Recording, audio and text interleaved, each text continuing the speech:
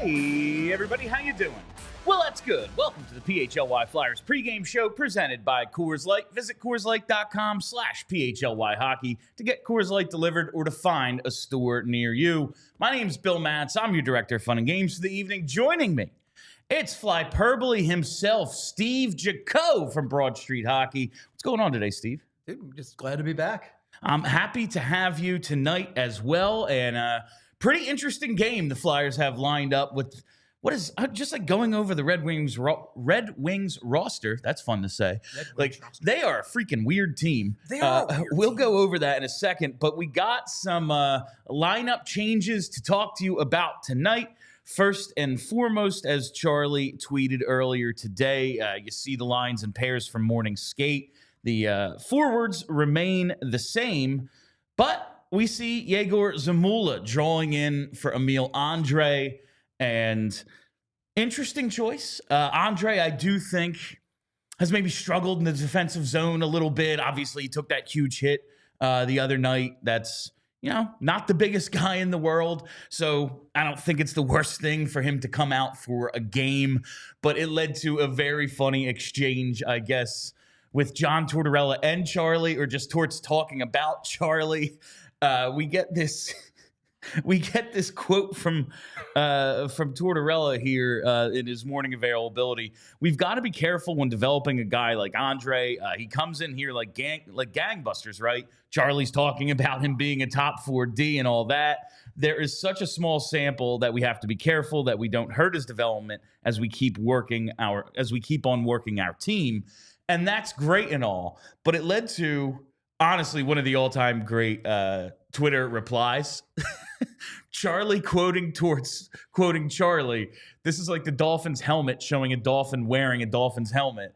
Like you're in a hall of mirrors, basically, Charlie. But it is.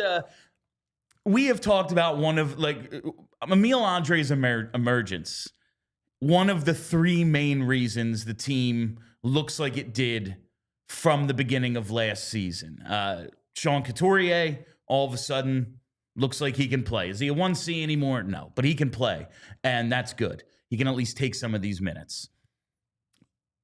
The goaltending, not terrible, and that was a huge part of what it was last year. That's a big factor. And three, they finally, with Andrae and then Ristolainen, had a top four of defense. They had two pairs that you could go, okay, they can take 20 minutes, and that's fine. As the team struggles a little bit, we got to remember Emil Andrae made the team, but not really. He's our number 8, and then they didn't take him with them to start the season opening trip. Brought him out after a game because, Eric Johnson's our only healthy extra D. We might need a guy as we're out here on the West Coast for 4 days. Yeah. Eventually gets into a game in his second call up, and he's been really good since, but there are going to be ups and downs. How did you feel when you heard Andrae was coming out of the lineup? So number one, that quote reminds me of Tropic Thunder when Robert Downey Jr. said, I'm the dude playing a dude who's playing another dude. So that was basically that quote in my head. Number two, Andrae. I mean, he has been awesome in this lineup, and that hit did look like it rocked him yesterday. Yes. He is just a little guy, and it really rocked him. So, Torts, we always doubt him for good reason, right? But we always doubt him, but he always seems to have a really good feel about when to pull these guys and when to rest them, even if we don't like it. And I love the way Andrae has played. I think he's been one of the best power play defensemen they've had on this team all year. And yeah, it's a bummer to see him come out, but I think there's a reason. And Torts has really plugged in with this stuff. We doubted him when Michkov came out, and then it turned out Michkov needed those 2 games, and he came back like gangbusters, Torts said. Gangbusters. It's not as if Mish wasn't on a great scoring pace prior to the scratch, but he's over a point a game since then. He's been really good, and we have to remember, this is the hardest league in the world, and these guys are dealing with that for the very first time.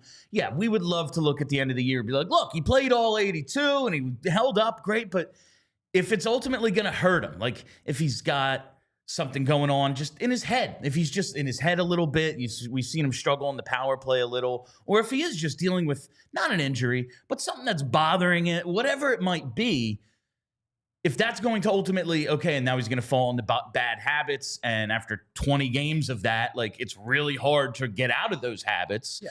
How about we just nip this in the bud after 2? He's not going to be out a while, I wouldn't think. I would think he's not going to be out a while, but I would say also it's good to get Zamula back in the lineup because that's another young guy. You're going to need him. I don't know if the upside's necessarily there with Zamula, but he's a guy you need in the lineup, and he's got to play sometime. He can't just sit up there eating the Flyer-shaped pretzels all day. He's got to do something. So it's good to get him in, and this is an opponent that, you know, you don't want to sleep on them because they have a really weird mix of old and new talent or young talent. Like, they're all over the map as far as who's on this roster. But it's a team that's record isn't very good. Yeah. So if you're going to experiment for a night, this is a team that you can really do that with. Absolutely. Like, as long as this isn't a long-term thing, absolutely fine with it for a game. Why let him keep going down a path when you can learn? You can learn by watching. Some guys more than others. And like with Mish, maybe it's like, it was just, you're doing this one thing. You're doing this one thing we keep telling you that you have to do differently. Like, when you're the third forward and the D-man pinches, you need to cover the point. And honestly, I think that was a problem for a lot of the guys on the team. And when it's a dude you're developing, it's okay. I don't know if it's one specific thing with Andrae or it's just like his overall play the last couple of games is not at the level it was for the 2 weeks prior. Yeah. So let's give him a night off. And you do have Zamula who you need to work in. And it is an opportunity now for Jamie Drysdale back on power play 1, as we saw today in practice. Jamie Drysdale went through this. Charlie and I are pretty convinced he's been healthy for a little bit. Like, did he need to miss 12 games? No, I don't think so. I think he was wearing a non-contact jersey for at least a week. He was out there skating with them for a lot of the time he was on IR. But there were coaching points they wanted to get him to as well, and they thought this is better than him having to answer the healthy scratch question. Now, I wish they'd done that with, like, Sean Couturier a year ago, so we didn't have to have that conversation, and it turned out like he was hurt. Was hurt, but and also the fact with Couturier that I keep coming back to is the fact that he hadn't played a full season of hockey in, like, 2 years. It was like he was 30 last year, and he was 26 the last time he played a full season. Some of that's injuries. Yeah, the heat clicks on in here, and it makes crazy noises. Some of that was injuries. Some of that was, like, out of your control, COVID-shortened seasons. Sure. But the fact is, it was, like, 4 years since he played a full year. Of course he's not going to be good to go the full season. And I think it's kind of the same with these young guys. Like, you know, Michkov's career, like, most games in a year is, like, 55. And that's including, like, some international and like young tournaments where it's who even knows if those games were real. You know, like, right. the level of competition, some of these like U14 tournaments, who the hell knows? They're just guys. The like U18s, just like a bunch of dudes that who knows. So you would say the streets, but it's Russia. So yeah, it's the ice. I think Drysdale is an example of like, I really encourage any moves that the coaching staff can really take to develop him because, you know, I've had some conversations with people where it sounds like they're ready to give up on Jamie Drysdale already. And what I keep coming back to is the guy has moves and skating ability and stick handling ability that you really can't teach. Like he has like God-given talent there that you really, it would be irresponsible to not do everything you can to try and develop that and turn him into a proper power play 1 quarterback because we've seen them give guys away, Shane Goss to spare, that are perfectly capable of doing those kind of things. And man, I hate seeing that. I've seen them give up on a lot of guys, and I don't like it. Like the last thing you want to be is Buffalo, where you just have the list. Like we still go back, and it's like, you know, Richards and Carter, and before that, and like that was a whole like Patrick Sharp and Justin Williams, and it was like that stuff was 20 years ago. You know, like, that was some of that. Like those two were pre-lockout. You know, one could say it's been a while. Yeah, it's been a long time since that stuff happened. Like Buffalo just has this list of like. Yeah, guys whose names are now on the cup. Do they have that hanging from the rafters up there? Because it's the only thing to have to hang in a You look at them, and you look at Calgary, and just go like, how didn't you two teams meet in a Stanley Cup? And like now all the players you've traded have been to or won it. It's just very, very funny. But like you don't want to be that. You don't want to give up on guys. And I like the way they've treated Drysdale and the way it's gone since he's come back. He looks pretty damn good. Yep. Listen, I said this after his first game back, and Charlie and I talked about it yesterday. When he first got traded here, playing on a lot of adrenaline, looks like he was probably still hurt at the time, came back a little too soon. As soon as the Flyers saw him on the ice, we're like, all right, he's fine. Let's pull off this trade. And it was like, is he ready? I don't know.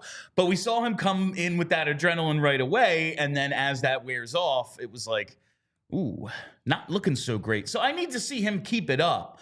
But based on what we've seen out of Andrae, out of Sanheim, out of Risto, I trust this coaching staff. If they really think he's got something to bring him along, it might not all be at once, but so far so good since he's come back. They know how to teach defense. I mean, the fact that Ristolainen has turned into a guy that I actually, like, I don't mind seeing him out on the ice. If he was a few years younger, it would be like, should we just keep him? Oh, if he was a few years younger, I would be full Keith Jonesing this and be like, there's not a chance in hell I'm trading this guy, because he really, like, he looks good out there. He's got the size. And if they had taught him this at an age where the development really mattered, sure. But at this point, let's trade him.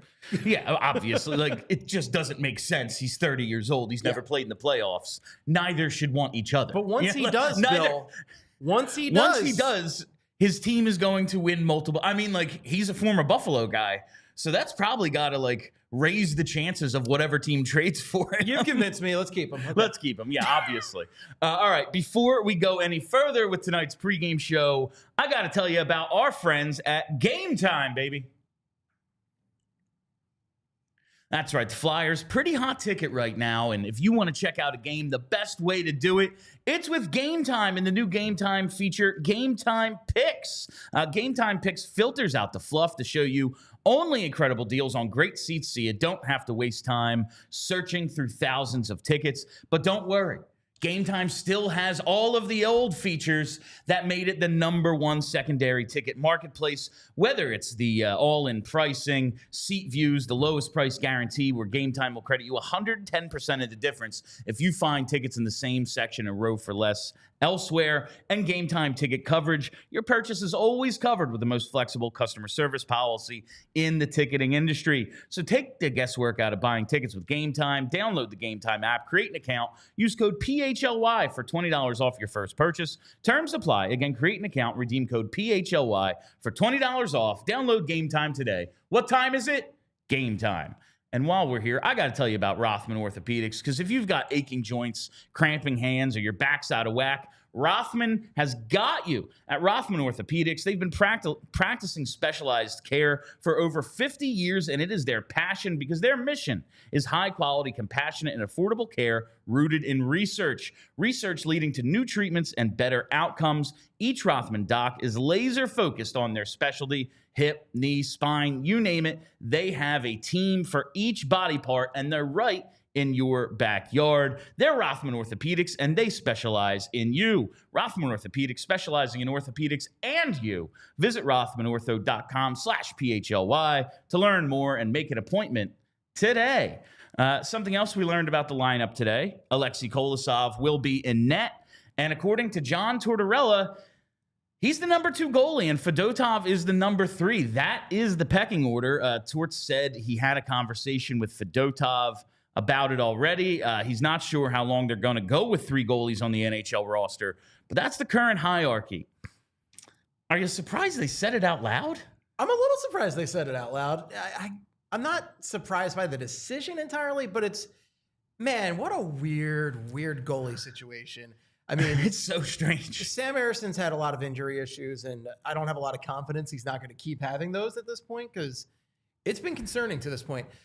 And when you see a groin, it's like, oh, well, those come back. Yeah, when you're a goaltender, that's like half the job right there is your groin.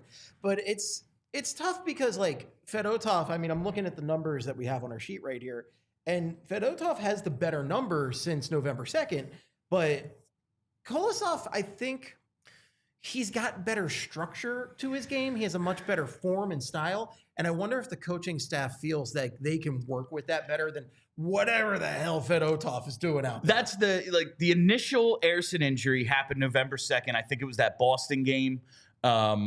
Made like 8 saves in the first period. Then he's just not in the first 8 minutes. And then he's just gone. Yeah. And it was like, oh, his skate broke. It's an equipment issue. And then he was out a week. Then he comes back, plays 2 more, but then he's out a little longer, re-aggravates it. But since that initial injury on November 2nd, you see the numbers. Kolosov, 3-4-1 with an 8.86. Fedotov, 4-1-1 with a 9.01. And it was 9.09 prior to getting pulled from, 2 bad goals. Oh, yeah. Like the plays that led to the goals, it's like, oh, that's a tough circumstance. But then you see the puck that actually beat him. It's like, why didn't either of those just hit you? Like what? The Evan Rodriguez, I realize it's a breakaway against one of the fastest dudes in hockey.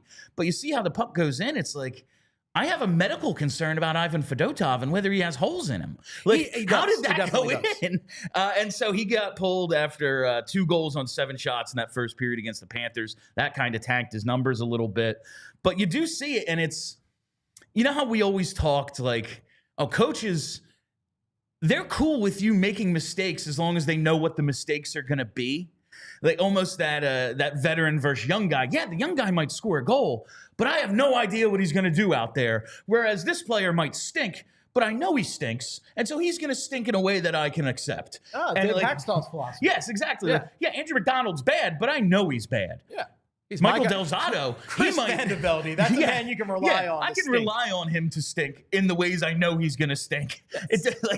It's like almost finger on the scale here. Yeah, Kolosov, his numbers are worse. I think he's played better in his numbers a little for the most part. Yeah. But his numbers are worse.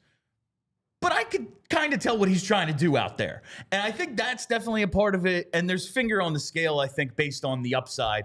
Obviously considerably younger. Has shown, like, at his age, can keep his head above water in the NHL. That's huge. Yeah. Because you project that out and go, oh, that's a good goalie down the line. And no one knows for sure. It came up on Flyers Daily today. No one, Jason Martinez didn't have an answer. But, we don't know what happens if we try to demote Aleksei Kolosov. Does he go, oh, yeah, so we're sending you back to Lehigh, and he's at the airport, nah, man, I'm getting on an international flight. I'll see. I'm going back to Belarus. I'm going back to the K. I don't know if I've ever seen I don't want to call him inconsequential, but a less consequential Flyer have this much power over the team. Normally it's guys like big stars, like if Michkov did anything, then it's of course, whatever you want, Matvei, whatever you want, you're the future. Or Eric Lindros or somebody. But that's but they stripped the C off of Eric Lindros. They told Carter and Richards, you're out of here. After signing them to huge deals. Signing them to huge deals. 28 years worth of contracts between them. They did all and this is yeah, he had good numbers for his age in the KHL, but he's not Zavragin. Right. Zavragin looks like an A+ prospect. Kolosov, it was oh, for his age, he's doing well in one of the top leagues, but pretty good, yeah. For his age, it was always that little asterisk. For his age. Yeah. And now suddenly, well, he's holding his own. We have this other guy who might be better right now, but yeah, we're just going to cave to this kid. I don't know. It seems very, very odd to me. It's so weird how this team has just surefire guys in certain positions. Okay, Michkov, Forrester. You have guys that you know are going to be York. Maybe Andrae now, guys that are definitely going to be future guys. And then in the net, it's just I don't know, one of these guys will probably work out. And that's it's also interesting to me. I wonder if Kolosov's attitude has changed based a little bit on, Zavragin's real good. We're not making any future commitments to a goaltender, especially a number 1 until we get him over here. And that's going to be a little bit. But Carson Bjarnason, you look at his numbers right now. He's really strong. He's come on really strong. He impressed me at the rookie camp and preseason. He's going to turn pro next year. There's one of your Phantoms goalies right there. I wonder if Kolosov's man, if I leave, am I going to get another chance? But the whole thing's odd. And at least for now, Tortorella's yeah, if we don't carry 3, we might be waiving Ivan Fedotov. There's at a certain point where they're just yeah, you want to go back to the KHL? Go nuts. I thought when he first came on, it was like, ooh, when it was a disaster. Yeah. I was like, ooh, is there going to be like a mutual termination by Christmas and he's just like back in the KHL? Because that's the direction it was going in. He looked like the least prepared goalie I've ever seen in my entire life. And to that point, like at that point, it was also they brought up Kolosov and Torts said, yeah, we're giving Coley a look. That's what we're doing right now. And then he got banged up in that morning skate. Fedotov is forced into action. We have no idea how it's going to go. He beats Vasilevsky in a shootout, and then all of a sudden he has new life. But he was good for those 2 weeks. And then as soon as he had a bad game, Torts pulls the plug again. I just wonder if he's just been this whole time like, yeah, this guy ain't got it. Probably. I mean, the form, it drives me nuts. Even when he was doing well, I'm like, I couldn't explain why he was doing well. I couldn't explain how he was stopping those pucks. And it's not like watching Dominik Hasek out there where you're seeing this guy twist and turn his way to victory. And it's like, well, he's just unstoppable because, I don't know, he moves like he's in the Matrix or something. Fedotov is like, I'm just nervous every time he twists and turns to get a puck because he's also just so big that it doesn't really make sense. Like it takes so long for the like sprawl to happen because he's so freaking big. Just stay in place, my guy. Yeah. You could just stand there and stop more pucks. And the puck handling is maybe like, honestly, he might think about, even when the net isn't empty, just think about firing it down there because an icing is less dangerous than some of the passes he's throwing out there. I couldn't agree more. It's so nerve-wracking, and it's like, just stay in net, let anybody else handle it, please. But we'll see how it goes. Torts said we don't know how long we're going to carry 3, but for right now, Kolosov is number 2. He gets the start tonight. Let's talk about tonight with the pregame picks. This pregame picks segment is brought to you by Bet365. Use code PHLY365 when you sign up. Whatever the moment, it's never ordinary at Bet365. Must be 21 or older and physically located in Pennsylvania. If you or someone you know has a gambling problem and wants help, call or text 1-800-GAMBLER. All right, so our Joel Farabee streak is over. 3 shots, over 2.5 shots on goal, hit like 6 times in a row. He had like 8 or 9 games in a row of it. I don't know if he ended up with a shot last game. The streak is finally dead. So we are off that. I was going to keep betting it until it didn't hit, and it finally didn't. So we find a new one tonight.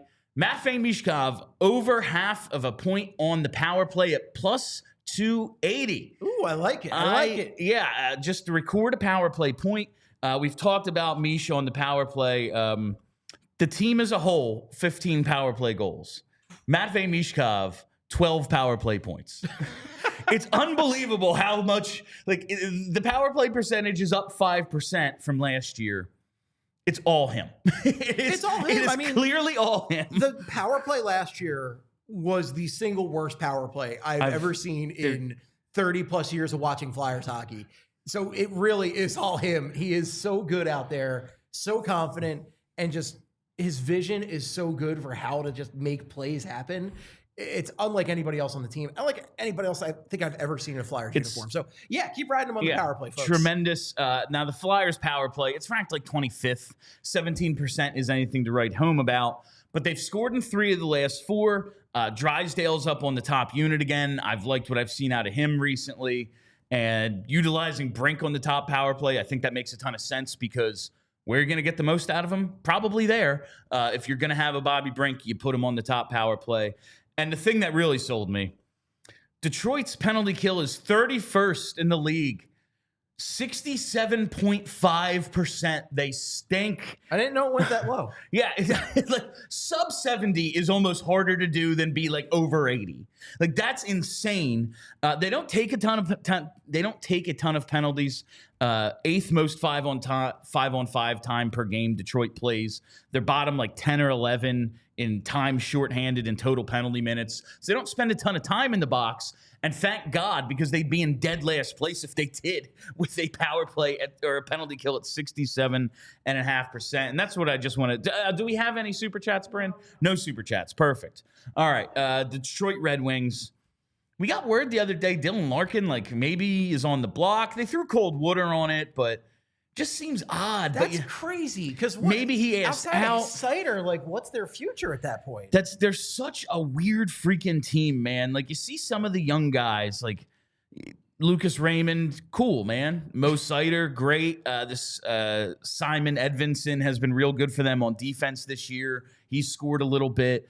But you just look at, like, some of the mid-aged guys from DeBrincat at 27, Tarasenko 33, Andrew Kopp 30, Patrick Kane, like Eric Gustafson, Ben Sherratt. What the hell is this team? Dude, remember we all thought Steve Yzerman was a genius. Oh my God. He was just a savant at GM. Like, he was unbelievable. And whatever he has done here is a disaster. I mean, this is just the worst mix of young and old talent. The fact that they have Kane and Tarasenko is nuts to me. I actually didn't realize until I was doing the preview for this week that Tarasenko was on that roster. That's how bad it is. And, like, what is this team? They don't have an identity. Blow them up. Send Dylan Larkin here for pennies. I'm into that. Can we do that? Yeah, I mean, if you could get a Dylan Larkin, like, does he fit the exact age I want a guy to be? Not really, but this team so badly needs a center that, like, yeah, man, especially if he asked out or something. I don't know if it's true or not. They seem to be like, nah, he ain't going anywhere. But yeah, that's what I would say if I was about to trade a guy too. I'll try him out. Bring him on. You just look at Detroit right now, 11-13-4, 26 points. They 6th in the Atlantic, which is just such a tough division. Like, we're going to take a step and make the playoffs. And then you just look at, well, Florida, Toronto, Tampa, Boston. How? Like, Boston they're like a 500 team. They were an above 500. They fired their coach because, like, it's not going great. Like, you have 3 or 4 guaranteed. So it's like you're hoping to beat out a Metro team for the second wild card. Like, that's your ceiling. And I'll tell you what, the Metro ain't that much easier. No, it is. They're just such a weird spot. And it's like, 26 points. That's same as Buffalo, which is a disaster. Oh, yeah. And one up on Montreal, who is still very much rebuilding. Oh, that is a raw product. Right? Yeah, they're just, I don't get what the hell the Detroit Red Wings are, and I realize, maybe they didn't bottom all the way out, like they didn't have a top 3 pick or anything, but between 17 and 23, between 2017 and 2023, they draft 9th, 6th, 4th, 6th, 8th, 9th. 7 straight top 10 picks. And here they are. That's some real Oilers stuff right there. Like, here they are, and they're, like, no better for it. They're exactly in that mushy middle of, maybe we can get a wild card if everything goes right. Like, we tried to accelerate the rebuild by bringing in a bunch of old guys, and they're doing all right. They're okay. They're not setting the world on fire. They're just such an odd team. So yeah, but that record, man, that speaks for itself. And that's rough because they just missed the playoffs last year. Yeah. And frankly, they were in a pretty good spot, but they Flyers it up in the last month. They did. They had a rough end of the season, and you bring in a guy like, oh yeah, man, we have the Patrick Kane, the intangibles of all those cup runs. Like, he'll teach our young guys to win. And like, yeah, maybe that's how it works. Yeah, like. Yeah, maybe. Hey, guys, win now. Here's how you do it. Here's how you win. Just go out and win. Keith, Taves, Seabrook, Hossa. Where are those guys? Because that's how we learn to win, having a bunch of great players. Yeah. And they seem to have, like, the building blocks of a good young roster, and it's just nobody in that middle range that the Flyers, like, other than Dylan Larkin, where the Flyers have TK and Sanheim, and they just don't seem capable of taking a step. I'll tell you what, when you have 2 ex-Flyers in net, in Cam Talbot and Alex Lyon, that's also a guaranteed stepping stone to success right there. Also very funny. All right, before we get out of here, a couple of things I need to tell you about. First of all, Festivus. That's right. Festivus is happening. The PHLY and Broad Street Hockey joint production. That's on Saturday. When is it? It's a Monday, the 23rd. Yeah, the other one's a Saturday. Monday, but it's a holiday week. Okay, Monday, folks. the 20th. We're all checked out of work at that point. It's Festivus. Show up. We're going to have a good time. Most of you have off Christmas Eve day. Come on. Yeah, come on. Kelly claims she may have spent some BSH funds on an actual Festivus poll.